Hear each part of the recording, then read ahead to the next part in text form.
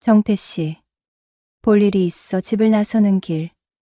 등 뒤에서 누군가 내 이름을 불렀다. 돌아보니 윗집에 사는 아줌마였다. 나이는 40대 중반이었지만 보통의 또래 아줌마들보다 훨씬 날씬한 몸매를 가지고 있었다. 게다가 그 나이대 아줌마들이 흔히 입지 않는 과감하고 섹시한 스타일의 옷을 즐겨 입어서인지 나이 들어 보인다는 인상은 별로 없었다. 이 아줌마와는 예전에 위층으로 이사 왔을 때 무거운 짐을 몇 번 옮겨다 준 것을 계기로 친해지게 되었다. 그 후로 가끔 맥주도 한 잔씩 기울이는 사이가 되었다.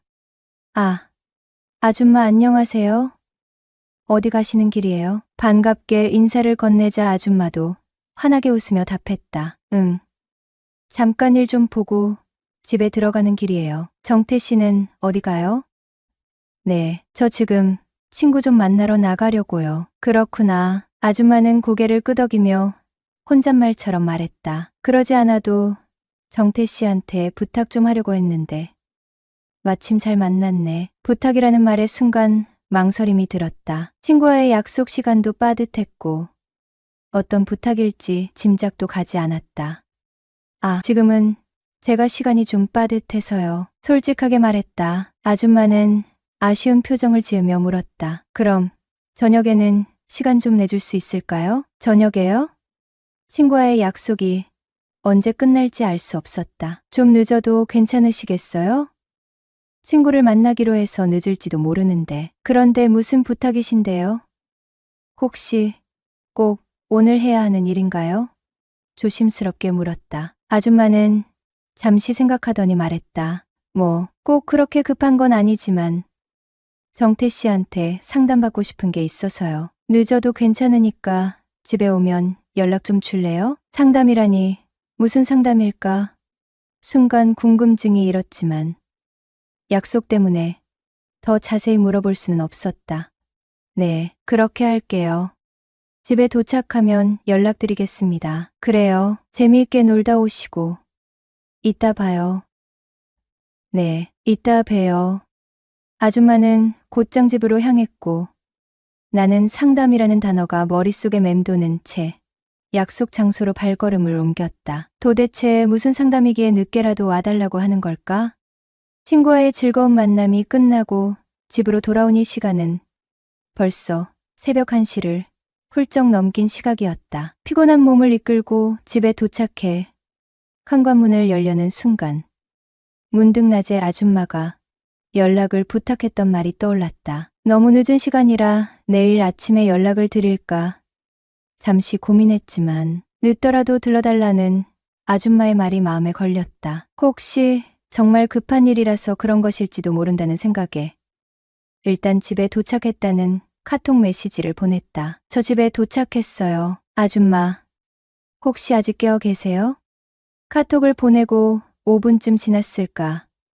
갑자기 초인종 소리가 울렸다. 띵동, 띵동. 늦은 밤에 누구지? 설마 아줌마인가? 이렇게 늦은 시간에 설마 누구세요? 조심스럽게 물었다. 나야, 정태 씨. 문 너머로 익숙한 아줌마의 목소리가 들려왔다. 문을 열자 아줌마는 눈에 확 띄는 원피스를 입고 살색 스타킹을 신고 있었다. 평소 스타킹을 신은 여자에게 남다른 흥분을 느끼는 나로서는 늦은 밤에 스타킹 차림으로 나타난 아줌마의 모습이 묘하게 고맙게 느껴졌다. 하지만 동시에 왜 이렇게 늦은 시간까지 그것도 집에서 스타킹을 신고 있는지 궁금증이 들었다. 많이 늦었네요. 멋쩍은 웃음을 지으며 말했다. 네, 친구랑 신나게 놀다 보니 시간이 이렇게 늦었네요. 어색한 웃음으로 대답하고는 바로 본론을 물었다. 그런데 무슨 일이신데요? 나 사실은 좋아하는 사람이 있는데 그 사람에게 내가 먼저 대시를 해볼까 해서 남자는 어떤 걸 좋아하는지 물어보려고. 아, 그러시구나. 예상치 못한 이야기에 조금 놀랐지만 왠지 모르게 흥미가 생겼다. 그럼 어떻게 대시하실 생각이신데요? 자세히 묻자 아줌마는 쑥스러운 듯 머뭇거렸다. 아이, 정태 씨가 혹시 이상하게 생각할까 봐 좀 말하기가 그렇긴 한데 말끝을 흐리는 아줌마의 모습이 왠지 모르게 안쓰럽게 느껴졌다. 당시에는 얼마나 답답하면 저럴까 싶어 더욱 적극적으로 도와주고 싶다는 마음이 들었다. 왜냐하면 아줌마와 나는 둘 다 배우자에게 상처받고 힘든 시간을 보냈다는 공통점이 있었기에 연애사에 대해서만큼은 서로에게 적극적으로 도움을 주기로 마음속으로 약속했었기 때문이었다. 물론 그때는 정말 순수한 도움의 의미로 생각했다. 괜찮아요. 저한테는 편하게 말씀하세요. 아줌마 이야기를 이상하게 생각할 리 없어요. 나는 아줌마를 안심시키려 노력하며 말했다. 그럼 내가 아무리 좀 이상한 얘기를 한다고 해도 나쁘게 보지 말고 그냥 편하게 듣고 상담 좀 해줘요. 알겠죠? 아줌마는 다시 한번 확인하듯 신신당부했다. 네, 그럴게요. 저도 아줌마를 도와드릴 수 있는 부분은 최대한 도와드릴게요. 진심으로 말했다. 아줌마는 심호흡을 한번 크게 하더니 조심스럽게 속마음을 털어놓기 시작했다. 사실은 내가 마음에 드는 남자가 하나 생겼어요. 그런데 정태 씨도 알다시피 내가 이혼을 했잖아. 그게 벌써 5년이나 다 되어가거든. 네, 나는 차분히 고개를 끄덕이며 아줌마의 이야기를 경청했다. 근데 여자는 애를 한두 명 정도 낳고 나이가 좀 들면 욕구가 좀 강해진다고 하잖아요. 아줌마는 쑥스러운 듯 하지만 묘하게 당당한 표정으로 말을 이었다. 나는 갑작스러운 단어에 순간 당황해 얼굴이 붉어지는 것을 느꼈다. 시선을 어디에 두어야 할지 몰라 괜히 눈을 땅으로 내리깔았다. 아, 네. 어색하게 짧게 대답했다. 에구, 내가 너무 주책인가? 너무 이상한 얘기를 하나? 아줌마는 혹시 내가 불쾌하게 생각했을까?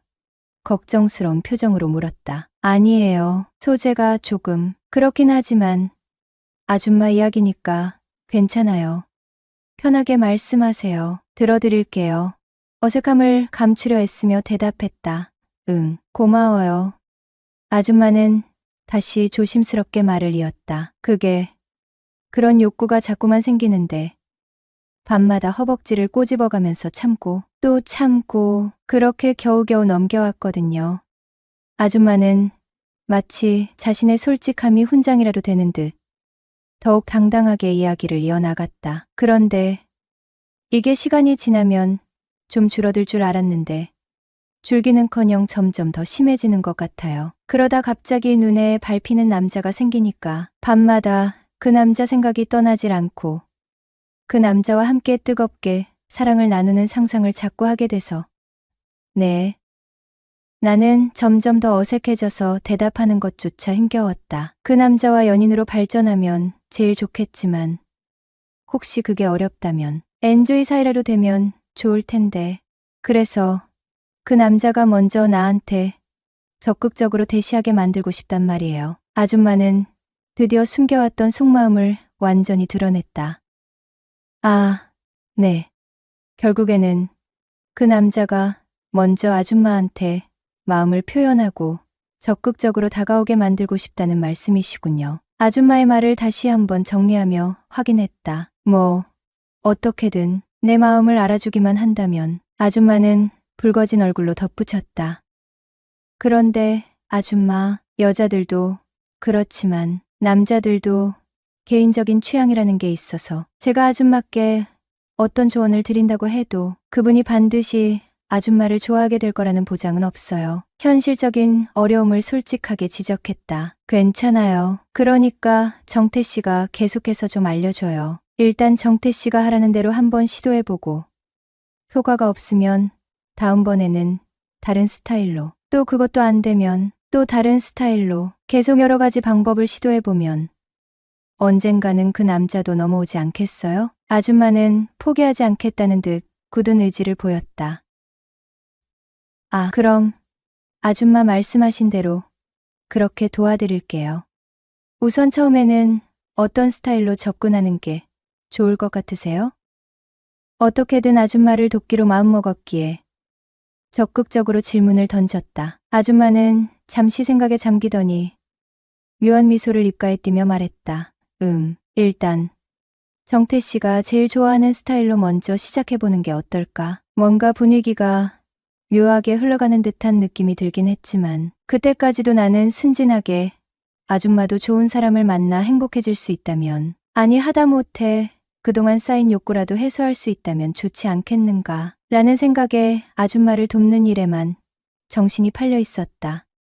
그럼 제가 좋아하는 스타일은요. 스타킹을 신는 스타일이 좋아요. 솔직하게 내 취향을 밝혔다. 어머, 마침 나 지금 스타킹 신고 있는데. 살색 스타킹. 아줌마는 기다렸다는 듯 당연하게 대답했다. 그리고 옷은 살짝 비치거나 몸에 딱 달라붙는 타이트한 옷을 입으면 더 좋을 것 같아요. 구체적인 스타일을 덧붙여 설명했다. 그럼 우리 방에 가서 내 옷들을 보면서 정태 씨가 직접 골라줄래요? 어떤 옷이 좋을지 정태 씨가 직접 골라주는 게 훨씬 더 정확할 것 같은데. 아줌마는 묘한 눈빛으로 나를 바라보며 제안했다. 아줌마 방에 들어가도 괜찮을까요?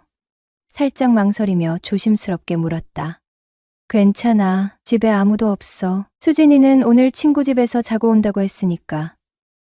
지금 집에는 나 혼자뿐이야. 그러니깐 정태 씨가 직접 옷을 보면서 꼼꼼하게 골라주는 게 훨씬 더 좋을 것 같은데. 아줌마는 거의 반강제로 내 팔을 잡아 끌며 말했다. 결국 나는 아줌마의 손에 이끌려 2층 아줌마의 집으로 발걸음을 옮겼다. 아줌마의 방 안으로 들어서는 것은 처음이었다. 현관을 지나 안방문을 열고 들어서자 퀸 사이즈 침대가 큼지막하게 놓여 있었다. 침대 발치에는 커다란 장롱이 자리 잡고 있었고 침대 옆에는 화려한 화장대가 놓여 있었다. 아줌마는 망설임 없이 장롱문을 활짝 열어 젖혔다. 자, 여기 옷 많으니까 한번 쭉 봐봐. 어떤 옷이 좋을지 한번 골라줘. 아줌마는 옷장 안을 가득 채운 다양한 옷들을 손으로 가리키며 말했다. 나는 옷장 안을 꼼꼼히 훑어보았다. 화려한 무늬의 원피스부터 섹시한 레이스 블라우스,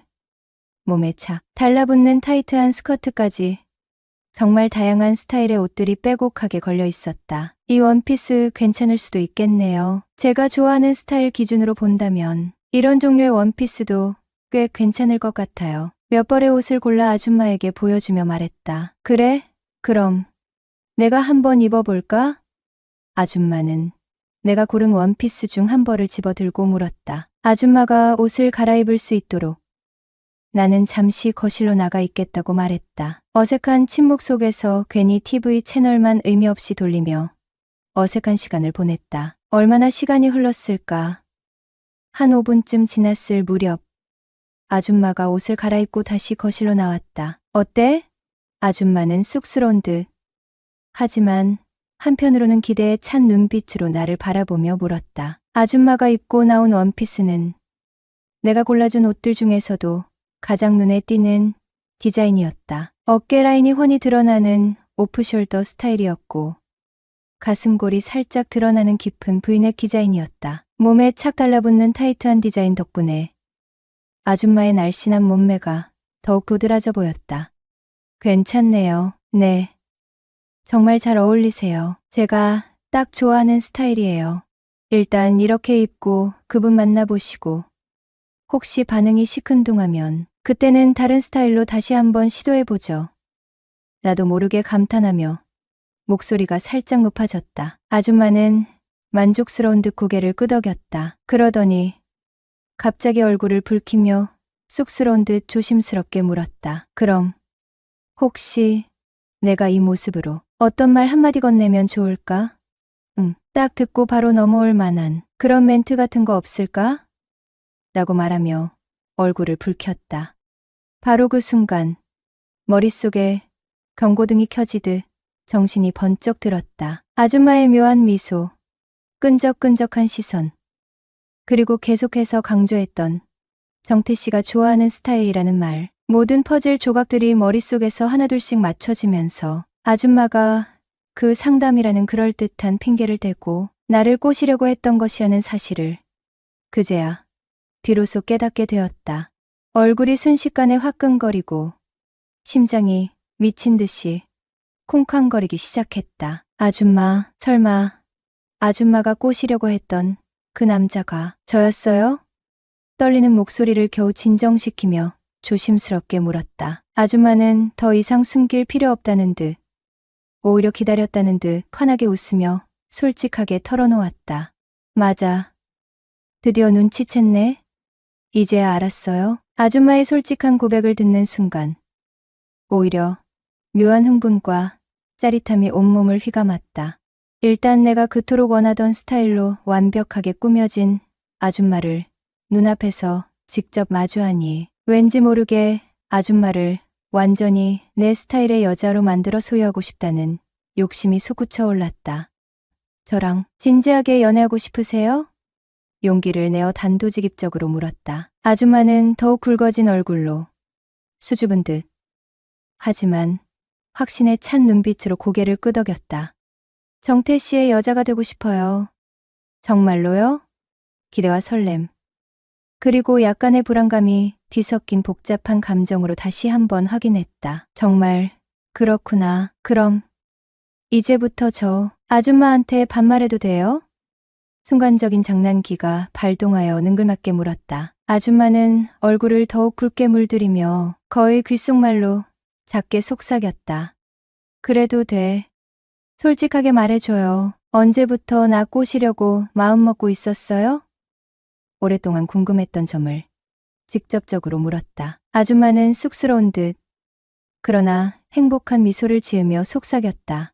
글쎄, 벌써 6개월도 넘은 것 같아. 정태 씨가 예전부터 나 스타킹 신을 때마다 내 다리를 뚫어져라 빤히 쳐다보는 거 몇 번 봤거든. 그때 정태 씨가 스타킹 엄청 좋아하는 것 같다는 느낌이 딱 왔어. 그래서 그 뒤로는 혹시라도 정태 씨 마주칠 때 나도 모르게 계속 스타킹 신고 다니게 되더라. 언제 어디서 우연히 마주칠지 모르니까. 그럼 오늘 밤에도 이 늦은 시간까지 스타킹 계속 신고 있었던 게 혹시 전부 다 저 때문이었어요? 믿기지 않는다는 듯 놀라움을 감추지 못하며 되물었다. 당연하지. 전부 다 정태 씨 때문이었지. 아줌마는 부끄러운 듯 그러나 세상에서 가장 행복한 미소를 지으며 수줍게 대답했다. 이쯤 되니 아줌마는 완전히 수줍음 많은 소녀에서 적극적인 여인으로 변모하기 시작했다. 얼굴은 이미 불다 못해 터질 것처럼 빨갛게 달아올라 있었지만 촉촉하게 젖은 눈빛은 그 어느 때보다 뜨겁게 타오르고 있었다.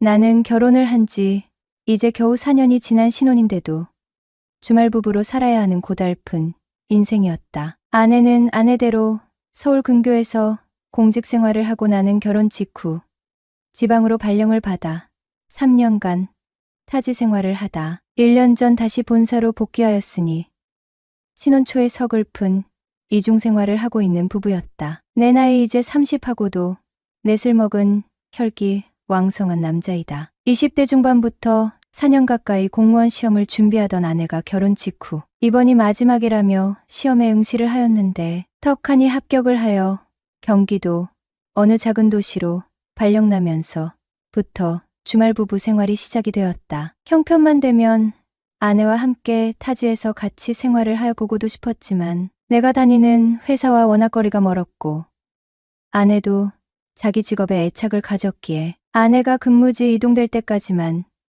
주말 부부로 살기로 약속을 한 것이다. 하지만 지방직 공무원이라 인사교류 신청을 통해 서로 근무지를 맞바꾸는 형식으로 이루어지는 거라 정근이 쉽지만은 않았다. 저는 고향이 강원도 평창 쪽이에요. 부모님과 형과 나 네 식구인데 제가 초등학생 때 서울로 이사를 왔어요. 아마 제가 알기론 자식들 교육 문제로 정든 고향 땅을 떠나온 걸로 알고 있어요. 저희 집안이 사업을 하는 건 아닌데 꽤 사는 편이에요. 저희 집은 고향의 조상대대로 물려받은 임야와 전답이 꽤 많았는데 평창 올림픽 전후로 해서 강원도 땅값이 들썩거리며 엄청 뛰었잖아요. 아버지가 그 기회를 놓치지 않고 높은 값으로 팔아 서울에 집을 2채 사두었는데 한 채가 또 재개발이 되면서 2배로 뛰었지. 뭐예요. 사람 앞 일은 참 알 수 없다더니 평생 시골에서 농사만 짓던 부모님 인생에 몇 년 사이 돈벼락을 맞은 겁니다. 어느덧 아들 둘은 장성을 하였고 부모님이 다시 고향으로 내려가 살게 되면서 저희 형제는 재산의 일부를 증여받게 되었어요. 형은 장가갈 때 한강 조망 강북에 신혼집을 마련해 주었고 저한테는 네 식구가 함께 살던 50여 평 정도 되는 나당 딸린 2층 주택을 명의이전해 주셨지요. 저도 장가갈 때 한강이 훤히 내려다 보이는 아파트를 사달라고 불만을 표시하였더니 앞으로 이 집이 재개발될 확률이 높다며 미래 가치를 보면 여기가 더 낫다며 화를 가라앉히기 위해 새 집처럼 인테리어를 해주셔서 몇 년 뒤 신혼집으로도 손색이 없었네요.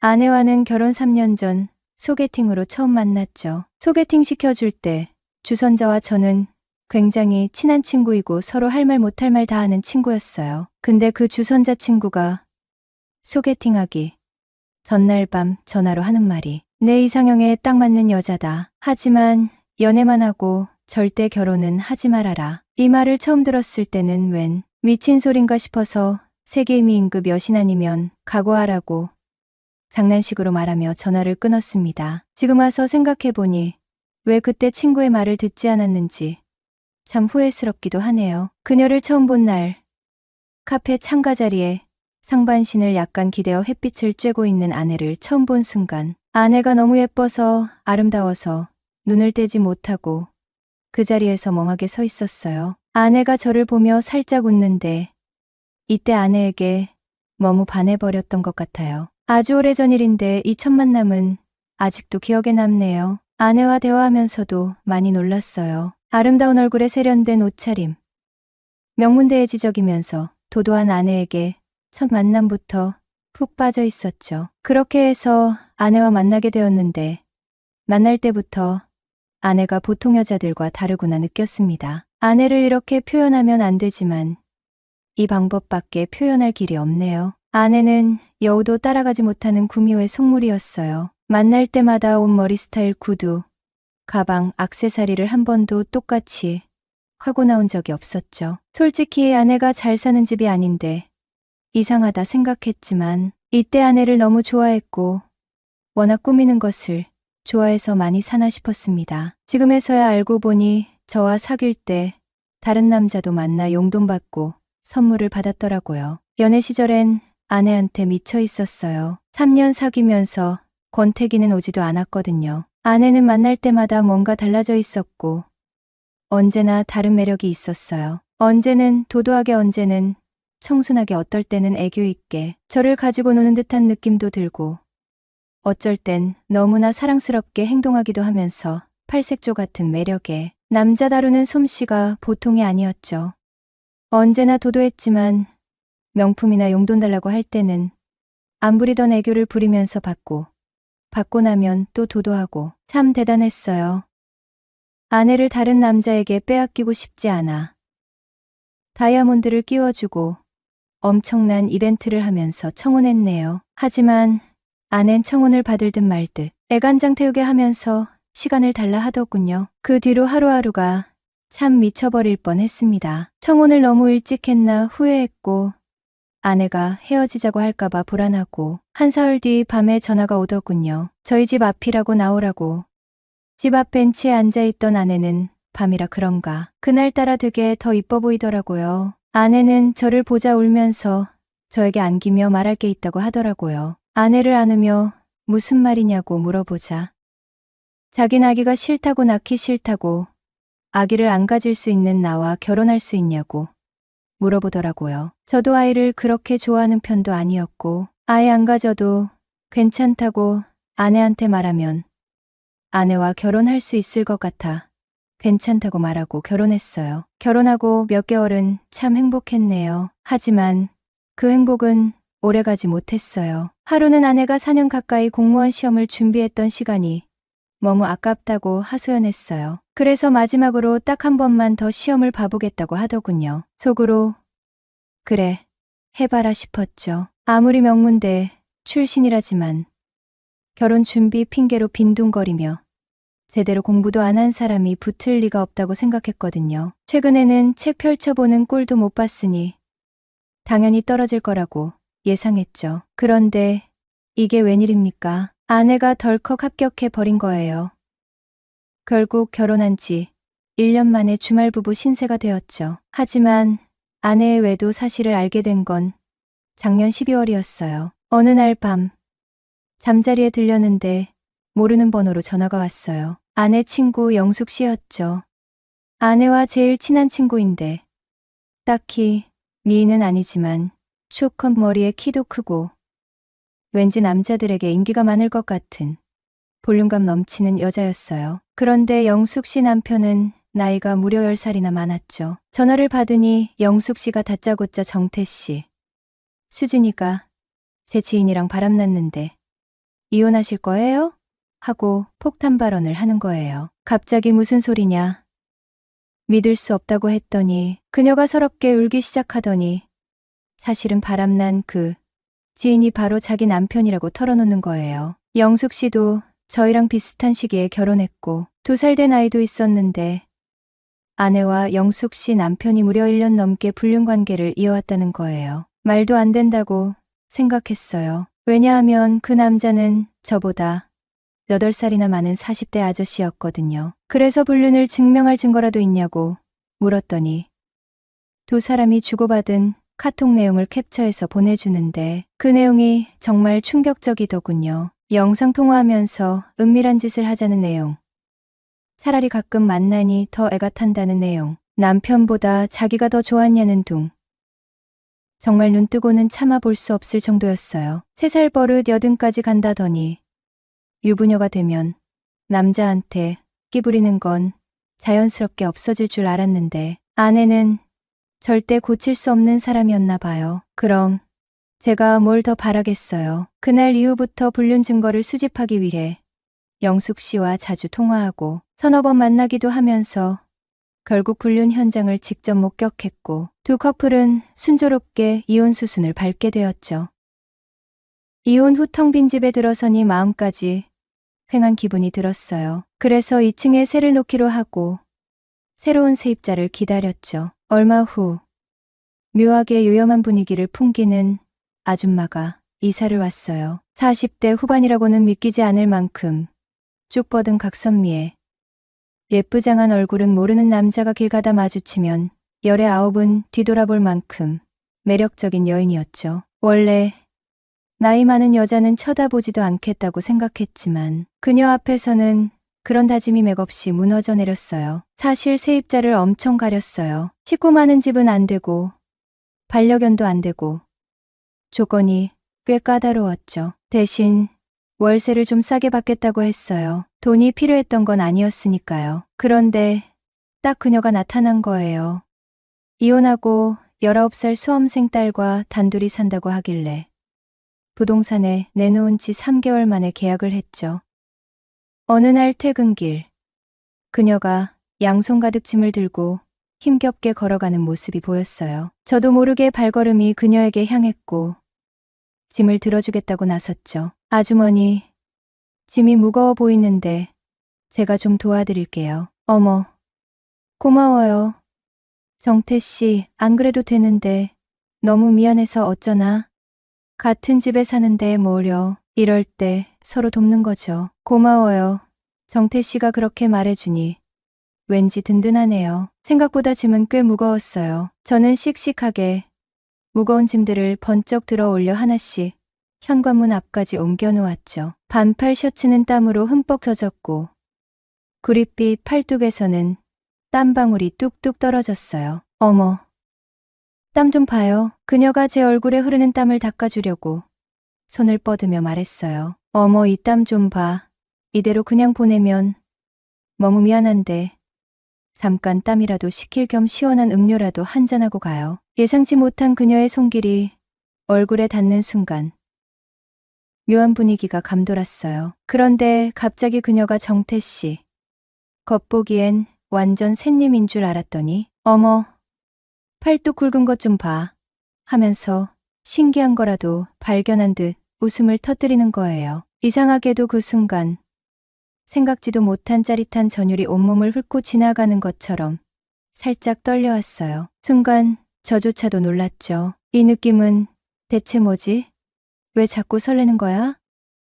그럼 집 안까지 짐 들여놓을게요. 그래주면 나야 고맙지. 그녀가 현관문을 활짝 열었어요. 말투는 어찌나 상냥하고 애교가 넘치는지 그때 딱 보통 여자는 아니구나 싶었어요. 그녀와 거실 소파에 나란히 앉아 이런저런 이야기를 나누었어요. 그러다 자연스럽게 이혼 이야기가 나왔고 서로 재혼은 언제 할 거냐는 질문이 오갔죠. 정태 씨는 직장도 좋고 이렇게 좋은 집도 있는데 하루라도 빨리 새 출발하셔야죠.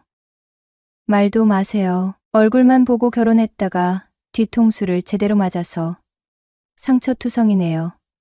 당분간은 연애는 쉴까 해요. 아주머니야말로 주변에 남자들이 많을 것 같은데요. 왜 그렇게 생각하세요? 처음 뵌 날 너무 예쁘장한 아줌마라 깜짝 놀랐어요. 나이를 먹어도 저렇게 곱게 늙을 수도 있구나 싶었거든요. 제가 본 40대 아줌마 중에는 제일 예쁘실 거예요. 어머, 그렇게 좋게 봐주신다고요? 그렇다면 정태 씨 눈에는 제가 어디가 제일 예뻐 보여요? 대답하기 어렵지 않죠. 생각할 것도 없이 뒤태죠. 참나, 난 당연히 얼굴이라고 할 줄 알았더니 뒤태라니. 보기와 다르게 엉큼한 구석도 있으시네. 그나저나 제가 너무 오래 붙잡고 있는 건 아니죠? 전혀요. 저 남는 게 시간뿐이거든요. 집에 들어가 봐야 횡하니 반겨줄 사람도 없고 서글프기만 하죠 뭐. 그럼 만나는 사람도 없으세요? 네. 당분간은 혼자가 편할 것 같아서요. 그래요? 한창 나이에 풀 땐 풀고 그래야 되는데. 네?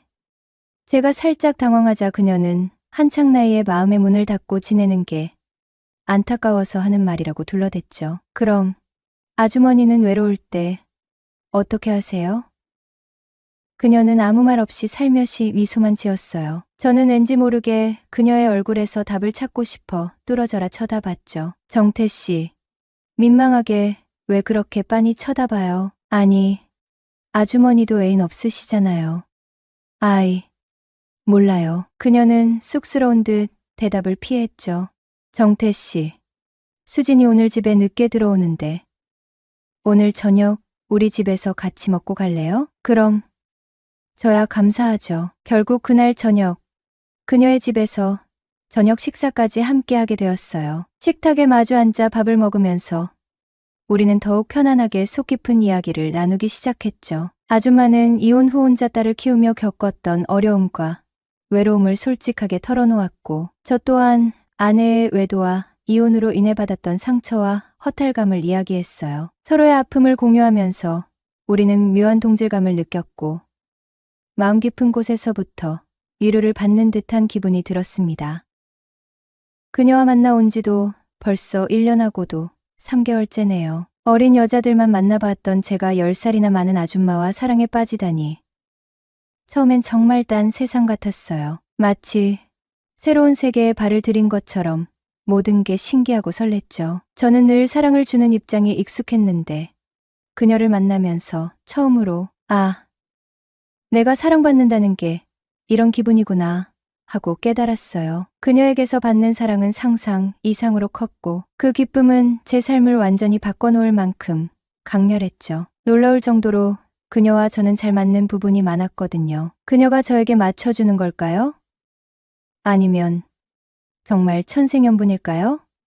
식성부터 취미, 그리고 솔직히 말해서 속궁합까지 이제껏 만났던 그 어떤 여자보다 완벽하게 맞아떨어졌어요. 태어나서 이런 기분은 처음이야 라고 속으로 외칠 만큼 강렬하게 끌렸죠. 처음 만났을 때 우리는 서로에게 상처받은 돌싱이었기에 가볍게 외로움을 달래줄 친구가 필요했을 뿐이었어요. 배우자에게 받은 상처 때문에 새로운 인연은 두려웠고 그저 편안하게 서로의 빈자리를 채워주기로 약속했었죠. 하지만 시간이 지날수록 우리의 관계는 예상치 못한 방향으로 흘러갔어요. 서로에게 느끼는 감정은 단순한 위로를 넘어 점점 더 깊고 애틋한 사랑으로 변해갔죠. 서로를 알아갈수록 우리는 서로의 상처를 보듬어주고 미래를 함께 꿈꾸기 시작했어요. 더 이상 외로움을 달래는 관계가 아닌 인생의 동반자로서 서로를 진지하게 생각하게 된 거죠. 그녀의 따뜻한 마음과 깊은 이해심은 제 불안감을 녹여주었고,